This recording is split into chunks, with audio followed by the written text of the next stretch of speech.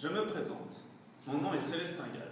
Dans ce projet, je suis accompagné de Charlotte Bonin et de Maxilien Florian. L'origine de notre projet est très simple. En effet, nous devions au début épauler les CM2 de notre établissement dans leur objectif de créer le meilleur avion papier possible.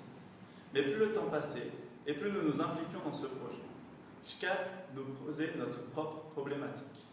À savoir, est-il possible de créer l'avion papier parfait à partir d'une étude approfondie des différents paramètres physiques influant sur celui-ci? Avant de débuter l'étude de nos avions en papier à proprement parler, nous avons dû effectuer deux tâches principales. Tout d'abord, fixer un cadre d'étude car la diversité des avions en papier est énorme.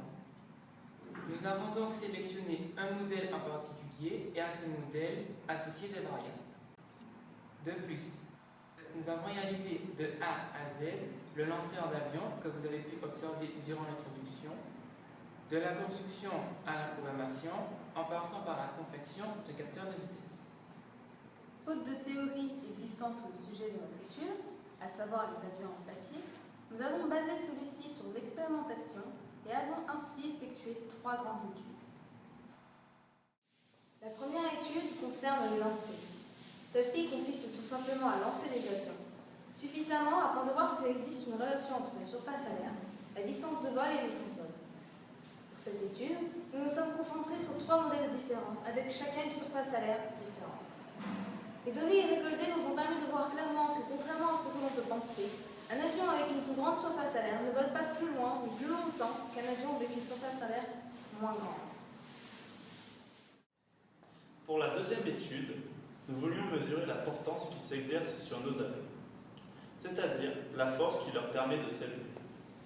Pour mesurer cette portance, nous avons d'abord créé une soufflerie, puis établi un protocole basé sur le poids de l'avion.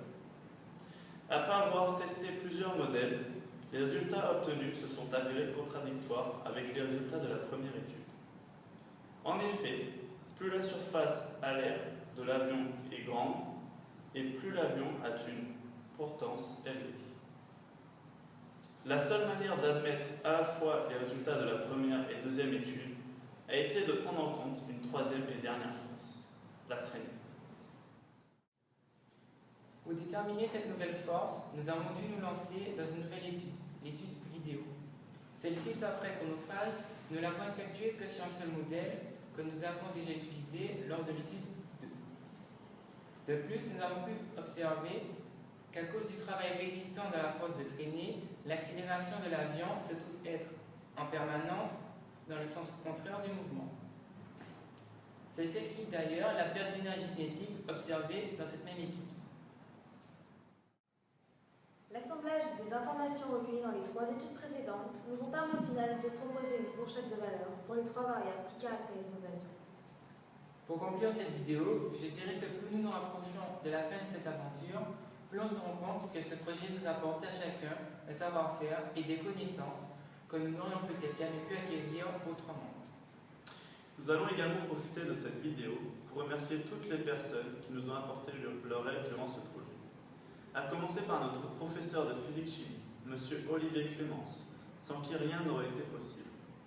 Nos remerciements vont également à M. Gagneux, pilote d'essai chez Airbus, pour son aide sur le projet. Merci.